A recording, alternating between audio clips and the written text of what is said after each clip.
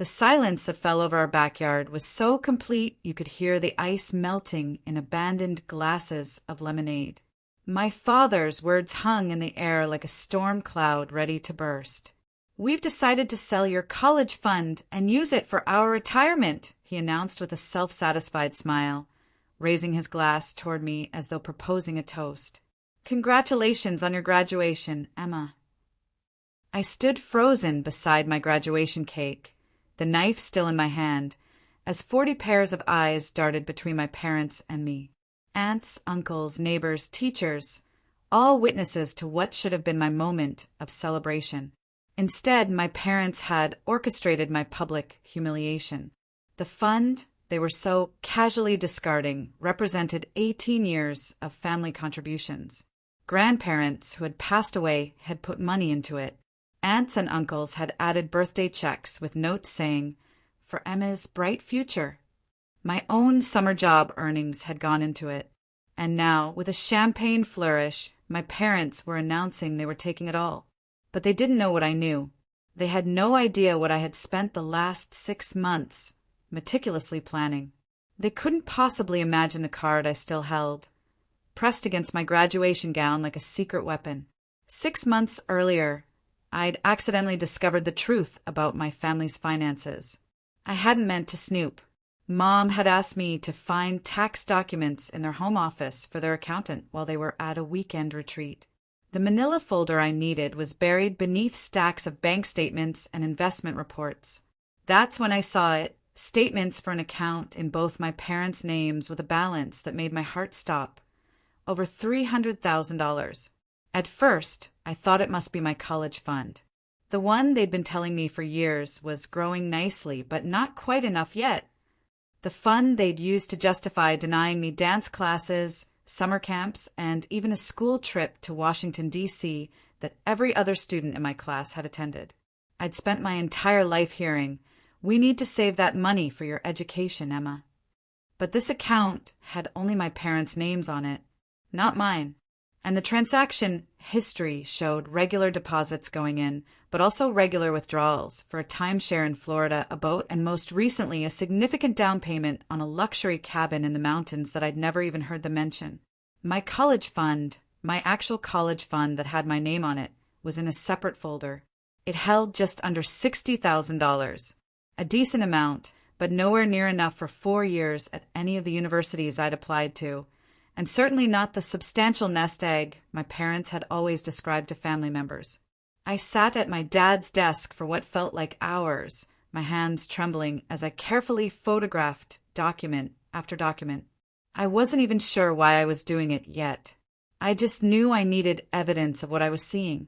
When I finally found the tax documents Mom had asked for, I placed everything back exactly as I'd found it and walked downstairs on legs that felt like they might dissolve beneath me.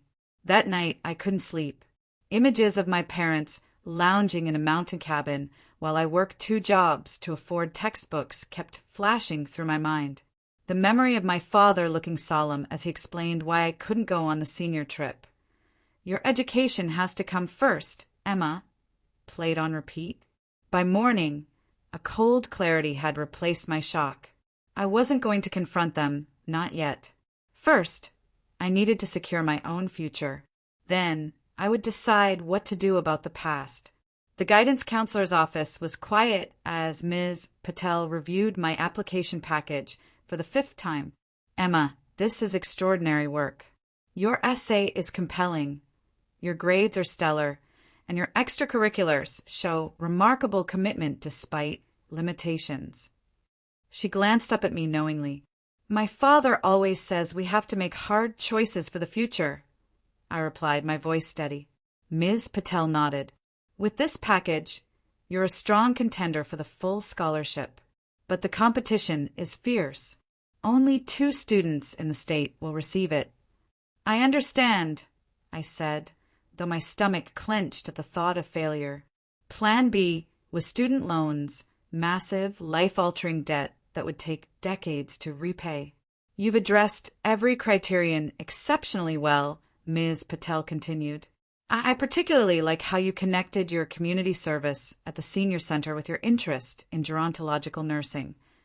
I thought about the hundreds of hours I'd spent at Oak Ridge Senior Living over the past 2 years, how I'd started as a cafeteria helper and worked my way up to assisting with activity planning and basic care. The residents had become a second family to me, offering the warmth and encouragement that was increasingly absent at home. They taught me more than I could ever give back, I said sincerely. Ms. Patel smiled. That genuine connection comes through in your essay. I believe the scholarship committee will see it too. As I left her office, I felt the first flutter of hope.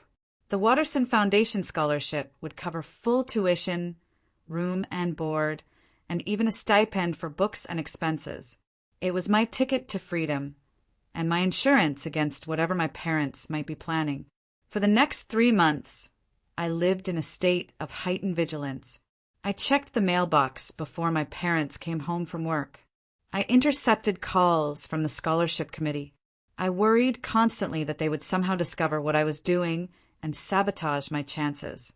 Meanwhile, I continued to gather information. My parents had given me online access to my college fund years ago, supposedly so I could watch it grow and learn about investing.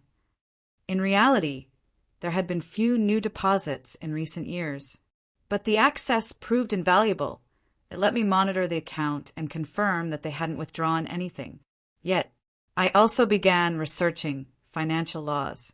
I learned that because I was still a minor, and because the account was set up as a custodial account rather than a true 529 plan, my parents had significant legal control over the funds. They couldn't use the money for themselves without potential tax penalties, but they could certainly recharacterize their withdrawals as educational expenses or necessities for me, even if the money never reached me. The more I learned, the more my anxiety grew, but so did my determination. When the thick envelope from the Watterson Foundation arrived in late March, I allowed myself exactly 1 minute of tearful celebration before carefully hiding it in my room. The full scholarship was mine, 4 years of complete financial coverage at Northern State University, plus a stipend for living expenses. But I still didn't tell my parents. Something told me I needed to wait. A week later, I overheard a conversation that confirmed my suspicions. My parents were in their bedroom, door slightly ajar, voices just loud enough for me to hear as I passed in the hallway. "We'll tell her after graduation," my father was saying. "Once all the relatives have gone home. Do you think she'll understand?" My mother sounded worried. "It is her college fund." "What's to understand? We put that money aside, and now our plans have changed. With her grades, she'll get scholarships or loans like everyone else. Besides, we need to finalize the cabin purchase by July if we want to use it this summer." "But what about the gifts from your parents?" "And mine? They specifically. They're not here to complain, are they?" My father's tone hardened. "And Emma doesn't need to know about those details. As far as she knows, it's all money we set aside from our earnings." "What about the graduation party? You don't think we should wait until after?" There was a pause, and I could imagine my father's calculating expression. "Actually, announcing it at the party might be better. She won't make a scene with everyone there. And it will help set expectations with the relatives. No need for additional graduation, checks for college, if we're taking care of everything." I backed away, silently, my heart pounding. They were planning to take my college fund, what was left of it anyway, and they were going to use the graduation party to shield themselves from my reaction while simultaneously discouraging relatives from giving me additional money. I retreated to my room and pulled out the folder where I'd been collecting documents for months, copies of the account statements showing their luxury purchases, printouts of emails I'd found discussing the cabin, and most importantly, my scholarship letter. I added one more item, a record of the latest login to my college fund account. My father had checked the balance just yesterday. Then I opened my laptop and sent an email I'd been drafting for weeks, attaching the scholarship letter as proof of my status. The weeks leading up to graduation passed in a blur of final exams and ceremony preparations. I maintained a careful facade of normalcy at home while finalizing details of my plan. My parents, perhaps mistaking my quiet demeanor for pre-graduation stress, left me largely alone. They became increasingly excited about the party, inviting extended family members, teachers, and neighbors. My mother ordered an elaborate cake and decorations in my school colors. My father booked a catering service and bought cases of champagne. They were creating the perfect stage for their announcement, and unknowingly for mine. The day of the party arrived with sunshine and perfect June warmth. Relatives began arriving bearing cards and gifts, many giving me meaningful looks that said, "This will help with college." If only they knew. My stomach was in knots as I greeted guests and accepted congratulations. Ms. Patel arrived, giving me a warm hug and whispering, "Your future is so bright." Behind her came several residents from Oak Ridge Senior Living, including Mr. Reynolds, who had become a grandfather figure to me over the past 2 years. "Wouldn't miss this for the world, kiddo," he said, his eyes crinkling with pride. "Got my good leg on and everything." He tapped his prosthetic limb, a souvenir from Vietnam that never seemed to dampen his spirits. As the party reached its peak, my father clinked his glass and called for attention. This was it. I took a deep breath and moved to stand beside the table where I was supposed to cut my graduation cake. "We're so proud of Emma today," he began, his voice carrying across our backyard. "Her hard work has paid off with excellent grades and a bright future ahead. Many of you have contributed to her college fund over the years." He paused, smiling at various relatives. "And we thank you for your generosity." My mother moved to stand beside him, her smile tight at the edges. I noticed she wasn't meeting anyone's eyes. "However," my father continued, "Christine and I have made an important decision regarding Emma's future. After careful consideration, we've decided to sell Emma's college fund and use it for our retirement planning." The collective gasp was audible. My Aunt Meredith's hand flew to her mouth. Mr. Reynolds straightened in his seat, frowning. "Emma is bright," my father continued smoothly, "and there are many scholarships and student loans available these days.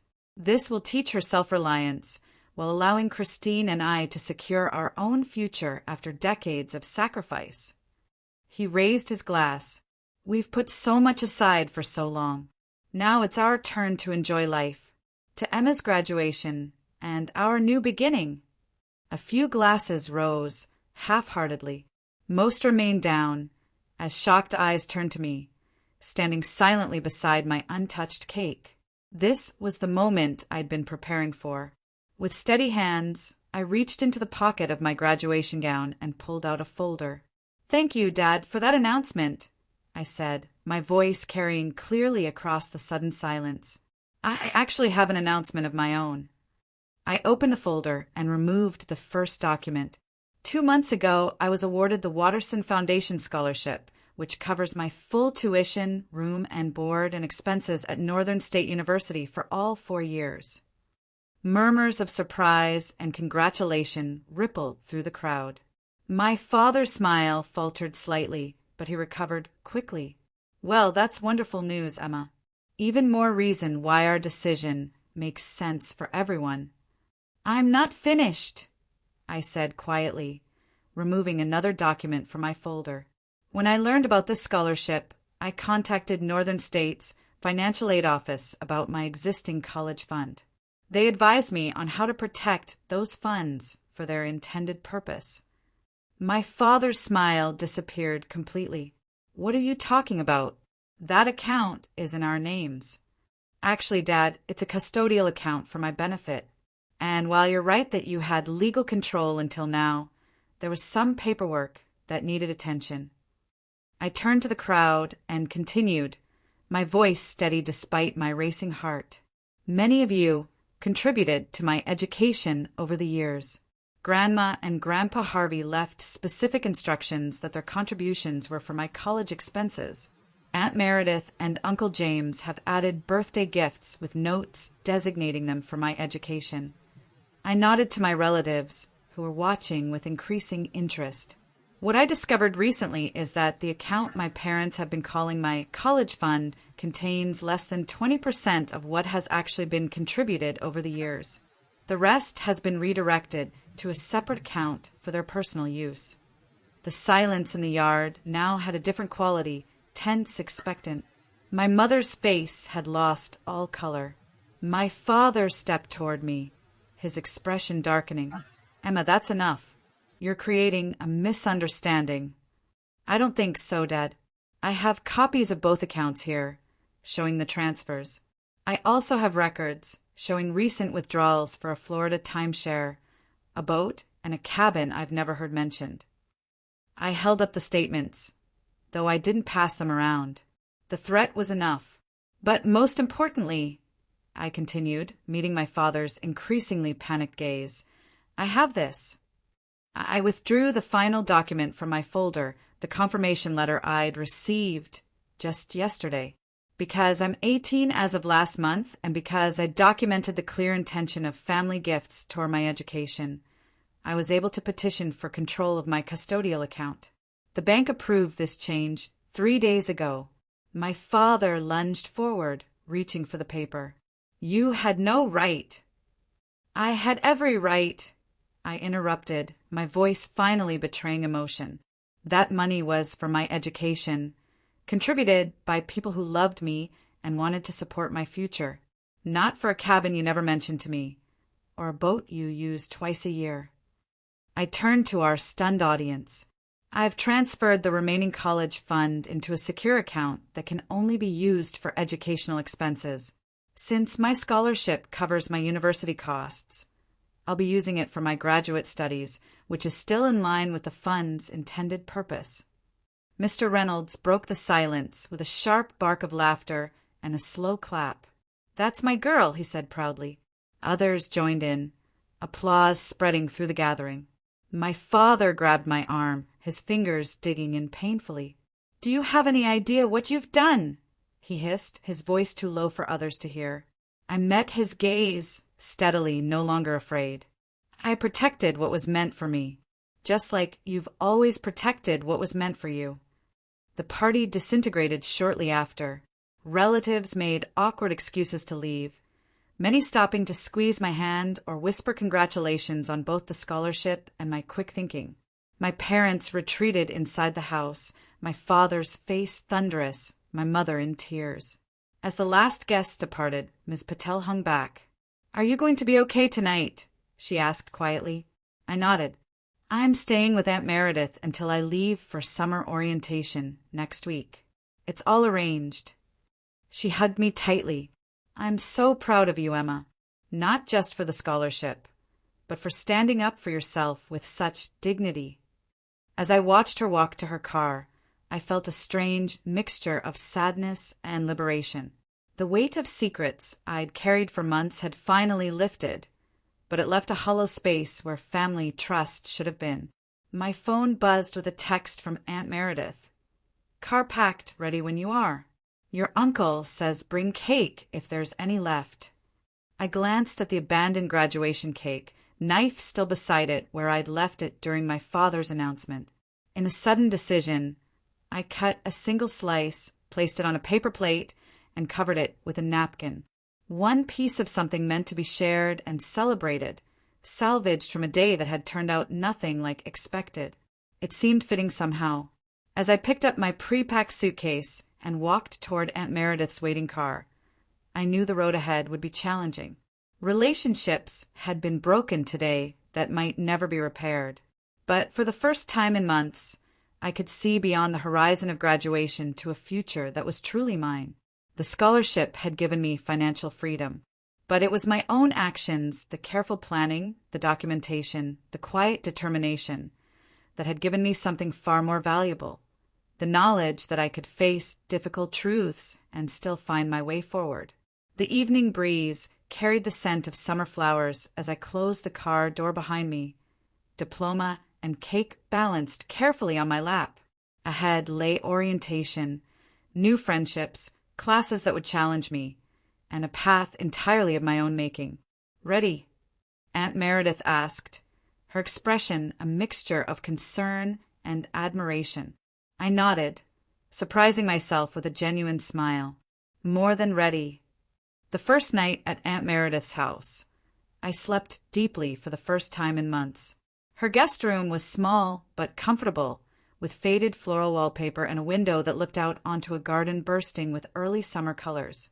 The weight of secrecy had been lifted from my shoulders, replaced by an unexpected lightness.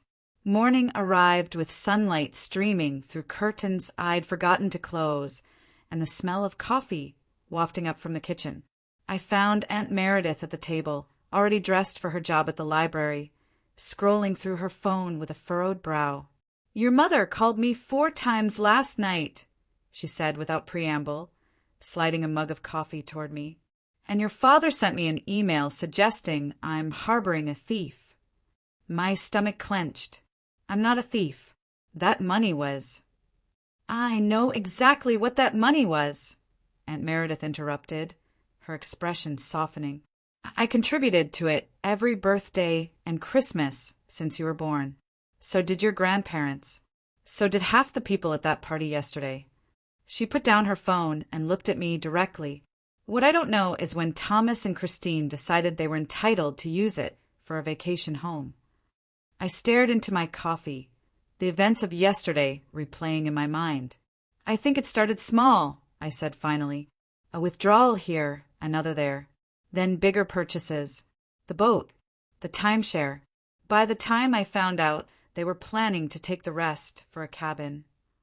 Aunt Meredith's mouth tightened into a thin line. "Well, they won't be getting any sympathy from me or your uncle.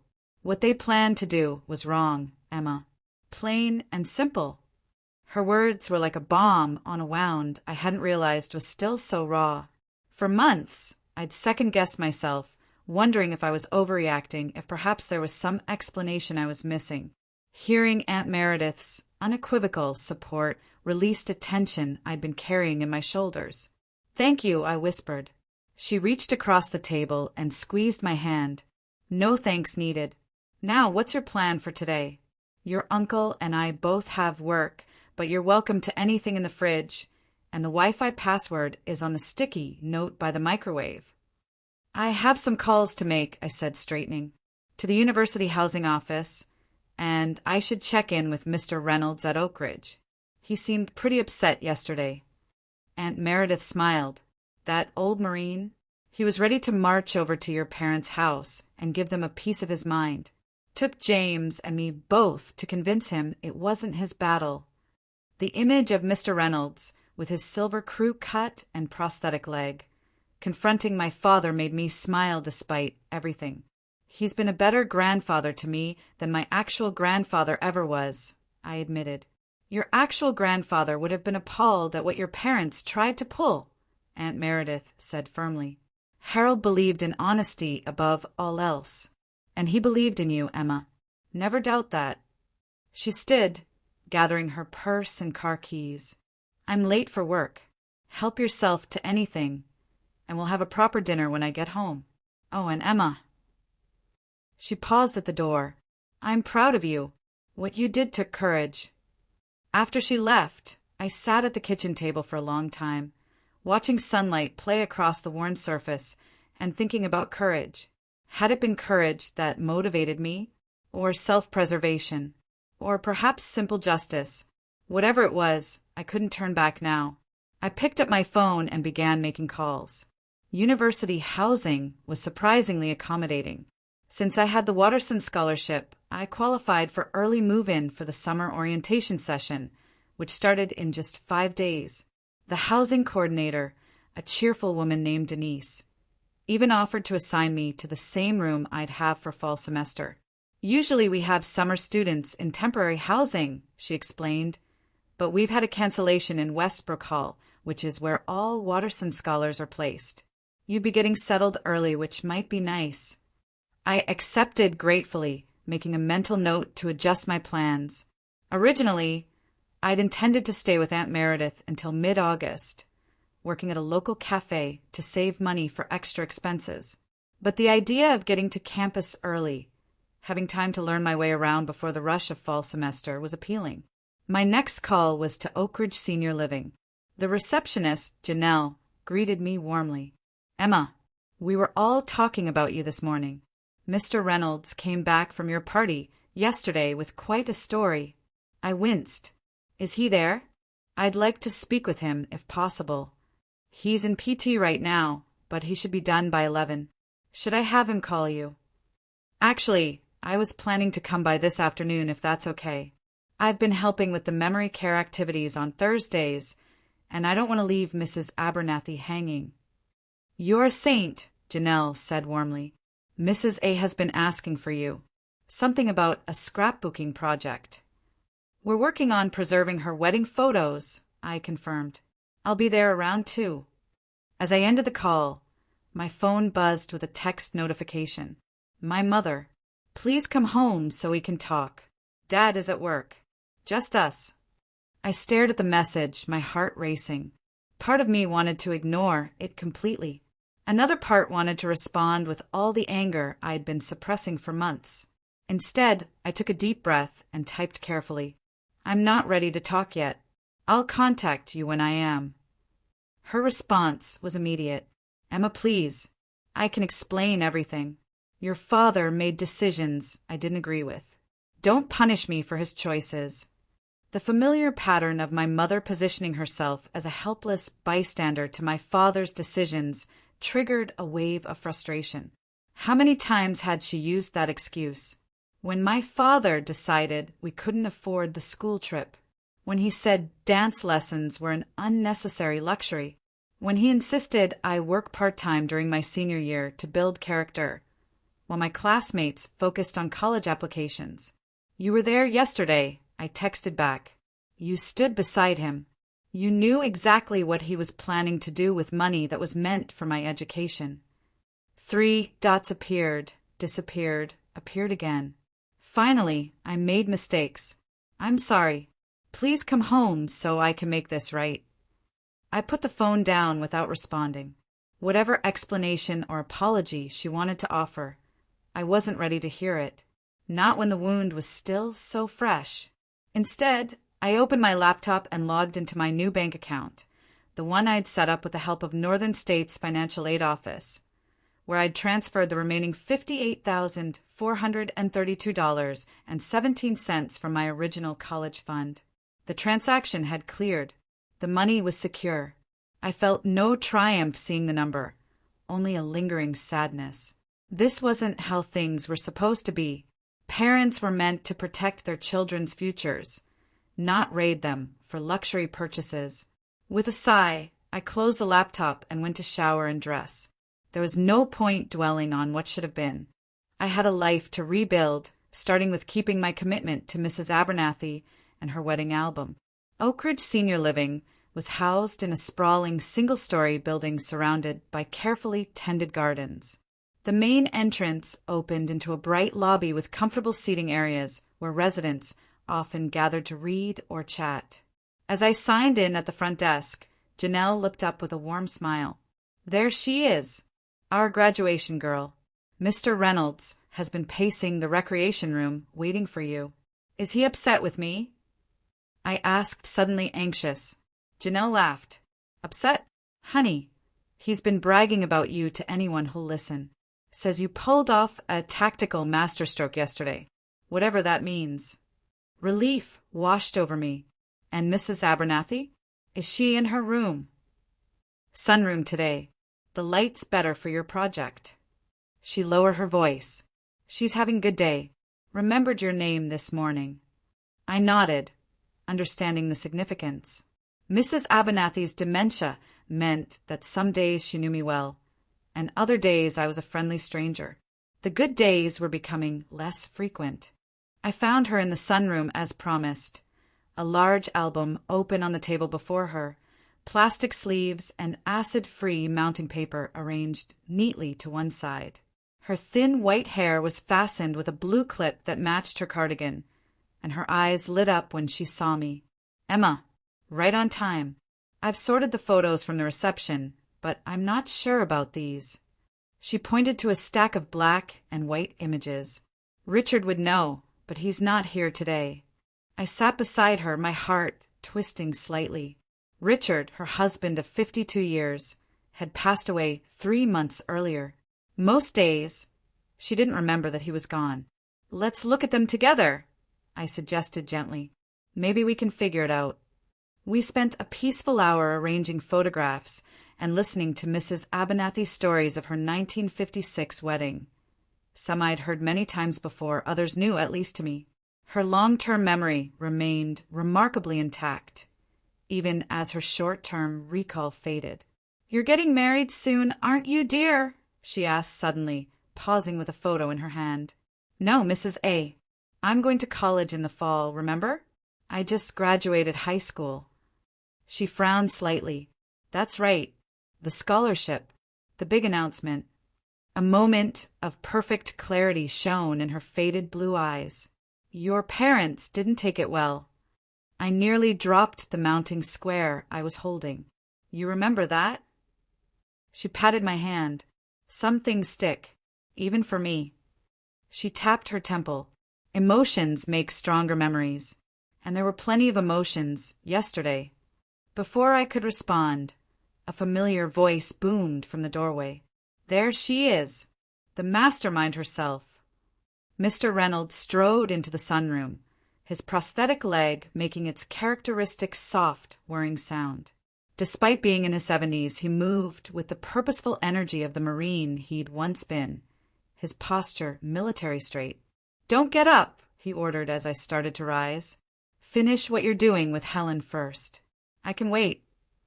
Mrs. Abernathy smiled up at him. "We're almost done, Frank. Just this last page." She carefully positioned the final photo, a shot of her and Richard cutting their wedding cake, and I helped her secure it with the mounting corners. "Perfect," I said, closing the album. "We've preserved a beautiful day." "Yes," she murmured, running her fingers over the cover. "A beautiful day." Her eyes took on the distant look that meant she was drifting into memory, and I knew our session was over. A nurse appeared to escort Mrs. Abernathy back to her room for her afternoon rest, leaving me alone with Mr. Reynolds, who immediately took the vacated seat. "So," he said without preamble, "you pulled it off." I nodded, still not entirely sure if what I'd done was worthy of his evident admiration. "Did you plan to make the announcement at the party, or was that improvisation after your father showed his hand?" His keen eyes, still sharp in his weathered face, studied me with interest. "I had contingency plans," I admitted, "but I didn't know for sure what they were going to do until he made the announcement."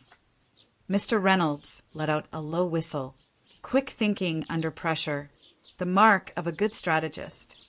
He leaned forward, lowering his voice conspiratorially. "You know what the best part was? You didn't lose your temper. Kept it factual, dignified. That's what really got to him." I thought back to my father's face as I'd revealed each document, how the confident smile had melted into confusion, then alarm, then fury. "He was so angry," I said quietly. "Course he was angry. You outflanked him. Men like your father don't expect to be outmaneuvered, especially not by their kids." He shook his head. "No offense, Emma, but your father's a bully. Always has been, ever since we were on the city council together years ago. He thinks the rules don't apply to him."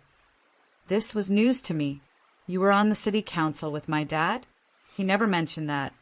Mr. Reynolds snorted. "Bet he didn't. I called him out for trying to fast-track a zoning exemption for his buddy's development project. He's had it in for me ever since." He waved a hand dismissively. "Ancient history. The point is, bullies hate being stood up to more than anything, and that's exactly what you did." I absorbed this, connecting it to memories of my father's behavior over the years, how he'd always insisted on getting his way, how he'd steamroll over objections, how he'd isolate and undermine anyone who challenged him, including, I realized with a pang, my mother. "My mom texted me today," I said, changing the subject slightly. "She wants me to come home to talk. Says she can explain everything." Mr. Reynolds studied me thoughtfully. "And what do you want to do?" I don't know, I admitted. Part of me thinks I owe it to her to listen. Another part is afraid I'll just hear more excuses. You don't owe her anything, Emma, he said firmly. But for your own peace of mind, you might want to hear what she has to say. Just don't go alone. The suggestion startled me. You think she's dangerous? He shook his head. Not physically, but emotionally. She's had years of practice at manipulating you. Having someone with you keeps the conversation honest. I considered this. Aunt Meredith, maybe. Good choice. Strong woman, your aunt. He leaned back, changing the subject. So, when do you head off to university? Sooner than planned, actually. I can move in on Sunday for early orientation. He nodded approvingly. Smart. Get settled. Learn the terrain before the crowds arrive. His expression grew more serious. And what about your job here? The residents will miss you. I've been thinking about that, I said slowly. I'm hoping I can find something similar near campus. Working with seniors has become important to me. His face softened. You're good with us old folks. Patient. Actually listen instead of just waiting for your turn to talk. He cleared his throat. Anyway, the activities director wanted me to give you this. He pulled a sealed envelope from his shirt pocket. Inside was a card signed by all the Oak Ridge staff and many of the residents, along with a gift card to a major retailer. For dorm essentials, a note explained. I blinked back, unexpected tears. Thank you, I managed. Please thank everyone for me. Mr. Reynolds nodded, clearly uncomfortable with the emotional moment. Right. Well, they wanted you to know you made a difference here. As I tucked the card carefully into my bag, my phone buzzed again. Another text from my mother. Please, Emma. Just an hour. That's all I'm asking. Mr. Reynolds caught my expression. Her again. I nodded, showing him the message. What are you going to do? He asked. I took a deep breath. I think I need to see her before I leave. I need to understand, really understand, how this happened. Aunt Meredith agreed to accompany me to meet my mother, though her expression made it clear she had reservations. Just remember, she cautioned as we pulled into my parents' driveway the next morning, Christine has spent years enabling Thomas's behavior. She's an expert at making his actions seem reasonable. I know, I said, steeling myself. I just need answers before I go. Otherwise, I'll always wonder. My mother opened the door before we could knock, her face lighting up with relief when she saw me. The emotion faded slightly when she noticed Aunt Meredith behind me. Emma, thank you for coming, she said, stepping back to let us in. Meredith, I'm surprised to see you. I'm here for Emma, my aunt replied, her tone pleasant but cool. She wanted a second perspective on your conversation. My mother's lips thinned slightly, but she nodded. Of course. We can talk in the living room. I've made coffee. The house felt strange, both achingly familiar and oddly distant, as though I were visiting a place I'd once lived long ago, not the home I'd left just 2 days earlier. Family photos still lined the hallway, including several of me at various ages. My graduation portrait held the center position, displayed in the silver frame that had been my mother's gift. In the living room, a coffee tray was arranged on the table, complete with the good china cups reserved for special occasions. My mother had made an effort. The realization softened something in me, even as I reminded myself to stay alert. Your father's at work, she said unnecessarily as we sat down. He doesn't know you're here. Would it matter if he did? I asked, accepting the cup she offered. She sighed. He's struggling with what happened. His pride is hurt. His pride. Aunt Meredith interjected, her eyebrows raised. He tried to steal his daughter's education fund, announced it publicly to humiliate her, and his pride is hurt. My mother flinched. It wasn't like that, Meredith. You don't understand the financial pressures we've been under. Then explain them, I said quietly. That's why I'm here. To understand. She set down her cup, her hands trembling slightly. "It started about 3 years ago.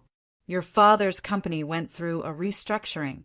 He kept his job, but his salary was reduced significantly. We were already carrying debt from renovating the house, and suddenly our monthly income dropped by nearly 40%. This was news to me. My father had never mentioned any financial difficulties at work. If anything, he'd seemed more confident than ever about our finances in recent years. Why didn't you tell me?" I asked. "Your father didn't want you to worry. He was sure it was temporary, that he'd get back to his previous salary level once the company stabilized." She twisted her wedding ring nervously, but that didn't happen. Instead, there were more cuts, more responsibilities without additional compensation. Aunt Meredith leaned forward. "And the boat? The timeshare? The cabin? Those were necessities during this financial hardship." My mother had the grace to look ashamed. "Thomas believed we deserved some comfort despite the setbacks. He said we'd worked too hard to have nothing to show for it." She looked directly at me. "The boat was supposed to be a family purchase, something we could all enjoy. But then he started spending more and more time on it with his colleagues, networking, trying to secure his position." "And the cabin?" I pressed. "Was that for networking too?" "That was more recent, after your college acceptance letters started coming in, and we realized how expensive tuition would be." She hesitated. "Your father thought it made more sense to invest in something that would appreciate in value, rather than pouring money into 4 years of education that might not pay off." The words hit me like a slap. "Might not pay off." I repeated incredulously. "I'm graduating with honors. I earned a full scholarship. I've been working toward college my entire life." "I know," she said quickly. I told him that. But he'd convinced himself that taking a more practical approach was the responsible thing to do. He talked about trade schools, community college, options that wouldn't deplete our savings. "Except it wasn't your savings to deplete," Aunt Meredith pointed out coldly. "It was money specifically designated for Emma's education, from family members who trusted you to honor their wishes." My mother's composure cracked slightly. "I know that now. Do you think I don't feel terrible about this? Do you think I wanted to stand there yesterday while Thomas made that announcement?" Tears welled in her eyes. I tried to talk him out of it. I suggested waiting, looking for other options. But he insisted it was the right decision. I studied her face, searching for the truth behind her words. There was genuine distress there, but also something else, a habitual evasion of responsibility that I recognized from countless other conflicts over the years. "Mom," I said carefully, "did you know about the separate account? The one with all the money that should have been in my college fund?" She looked away. I knew there was a household account for emergencies. I didn't know exactly how much was in it or where the money came from. "Thomas handles all our finances." The familiar excuse, "Thomas handles it, Thomas decides, Thomas knows best," ignited a spark of anger in me. "You're a co-signer on that account. Your name is on every statement. You had to have seen the deposits and withdrawals." "I signed what he asked me to sign," she admitted. "I trusted him to make the right decisions for our family, even when those decisions involved taking money meant for my future." My voice rose, slightly despite my efforts to stay calm. "I thought there would be time to replace it," she said desperately. "The real estate market is strong. The cabin would appreciate quickly. We could sell it in a few years at a profit and still have money for your education." Aunt Meredith made a disgusted sound. "Well, Emma did what in the meantime? Put her life on hold? Take on massive debt? All so you and Thomas could have a vacation property." My mother buried her face in her hands. "It sounds awful when you put it like that." "It is awful," I said quietly. "That's the point, Mom. It's awful that you and Dad were willing to sacrifice my future for your comfort. It's awful that you stood beside him yesterday and let him announce it like it was something to celebrate. And it's awful that even now you're making excuses instead of taking responsibility. She looked up, tears streaming down her face. I am sorry, Emma. Truly sorry. I should have stood up to your father. I should have protected your interests. Yes, I agreed simply. You should have. A heavy silence fell between us. Through the window, I could see our backyard, now clear of all evidence of the graduation party. Someone, my mother, presumably, had cleaned up every trace of the celebration turned confrontation. What happens now? She asked finally, her voice small. I'm leaving for university on Sunday, I said. Early orientation for scholarship recipients. After that, I don't know. Will you? Will you come back for holidays? Will you call? I considered the question seriously. Despite everything, this was my mother, the woman who had nursed me through childhood illnesses, who had cheered at my elementary school performances, who had taught me to read and bake and navigate the complexities of female friendship. Our relationship wasn't something I could simply discard, no matter how justified my anger. I won't be coming home for a while, I said finally. I need time to process everything that's happened. But yes, I'll call. Eventually. Relief softened her features. And your father? That's more complicated, I admitted. What he tried to do, what he was planning right up until I stopped him, that's harder to forgive. He loves you, Emma. In his way. His way nearly cost me my future, I replied. So you'll understand if I need more time with that relationship. She nodded, wiping away tears. I understand. Just don't close the door completely, please. Standing to leave, I felt a curious mixture of emotions. Lingering anger, certainly, but also an unexpected relief. I had confronted the situation directly, heard my mother's explanation, inadequate as it was, and set boundaries for moving forward. It wasn't closure exactly, but it was a beginning.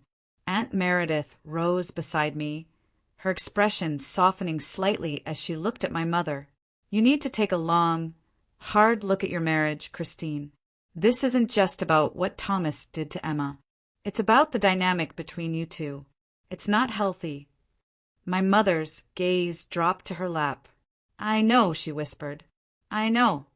The remaining days before my departure passed in a blur of preparations and goodbyes. I spent a final afternoon at Oak Ridge, promising to stay in touch and to look for similar volunteer opportunities near campus. I helped Aunt Meredith in her garden, learning the names of perennials I'd never paid attention to before.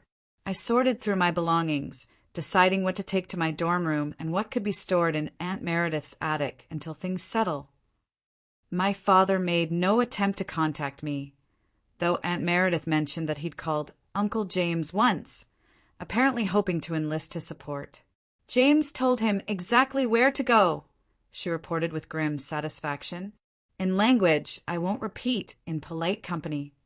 The morning of my departure arrived clear and bright, with the kind of perfect summer weather that seemed designed for new beginnings. Uncle James helped load my modest belongings into his SUV. 2 suitcases, a box of books, my laptop, and a few precious mementos. You travel light, he observed, closing the trunk. Most kids your age would have twice as much stuff. I'm learning what's really important, I replied, thinking of all I was leaving behind, my childhood bedroom, family photos, the familiar neighborhood streets. None of it seemed to matter as much as what I was carrying with me. My scholarship, my independence, and the hard-won knowledge of my own resilience. Aunt Meredith insisted on driving me to campus herself, refusing my suggestion that I could take the bus. It's 3 hours each way, she said firmly.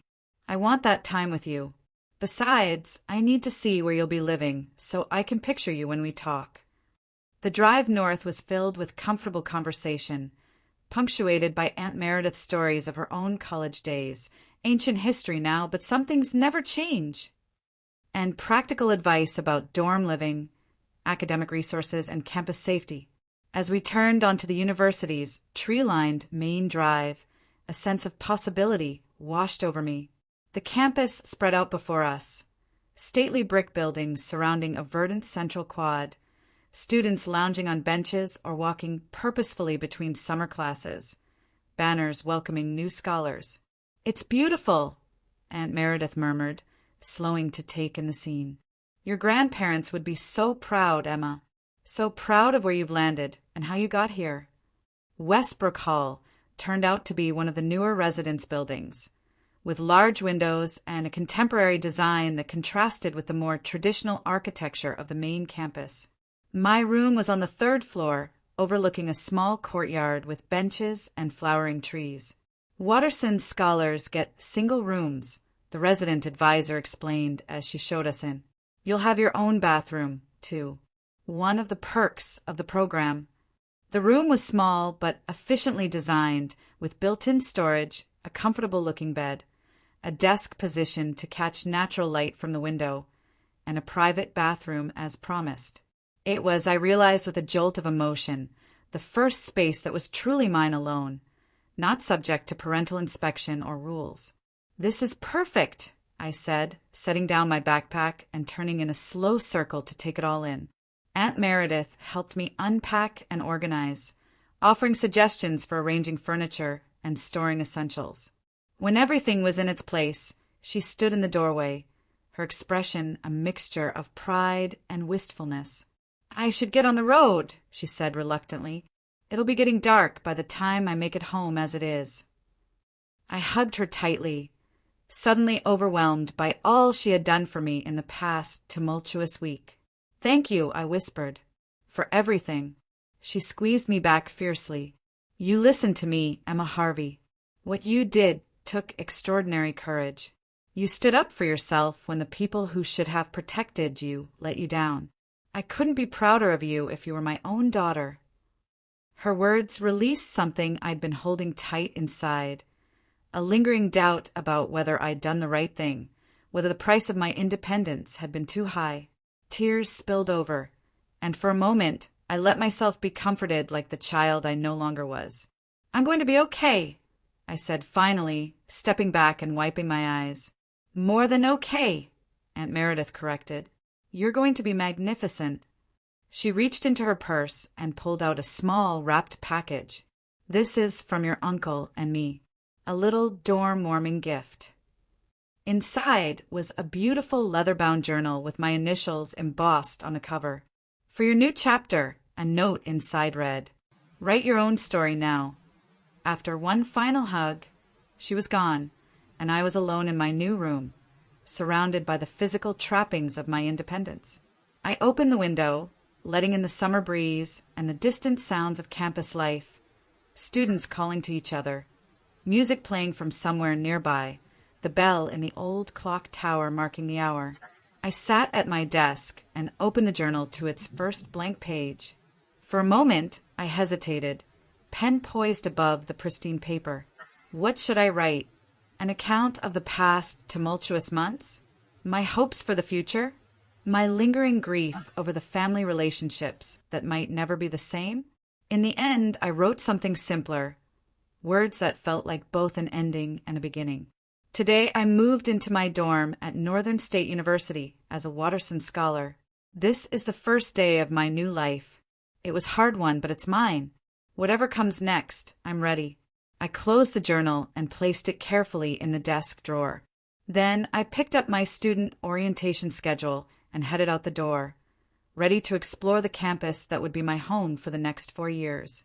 As I walked down the hallway toward the stairs, my phone buzzed with a text message. It was from my mother. "I hope you're settling in well. Your father and I are meeting with a financial counselor tomorrow. It's a start. I love you, Emma." I paused, considering how to respond. Finally, I typed, "Thank you. I'm doing well. Love you too." It wasn't forgiveness, not yet. But it was an open door, and for now, that was enough. Slipping my phone back into my pocket, I continued toward the central quad, where other early arrival students were gathering for a welcome reception. Ahead of me stretched 4 years of learning, growth, and independence, a future secured not by my parents' planning, but by my own determination and integrity. The afternoon sun cast long shadows across the grass as I approached the reception area. Someone called out a greeting. and I raised my hand in response, quickening my pace to join the circle of new faces, new possibilities. Whatever challenges lay ahead, I would face them on my own terms. I had proven to myself, and to everyone who had witnessed my moment of reckoning, that I could stand up for what was rightfully mine, even against those who should have been my strongest advocates. It wasn't the lesson I had expected to learn before beginning college, but perhaps it was the most valuable one of all, that sometimes the greatest act of self-care is simply refusing to accept less than you deserve. With that knowledge firmly in my heart, I stepped forward into my future, perhaps a little older and wiser than I'd planned to be at 18, but undeniably stronger for the journey. "Hi, I'm Emma," I said to the group of students who welcomed me with smiles. "I'm really looking forward to getting to know you all."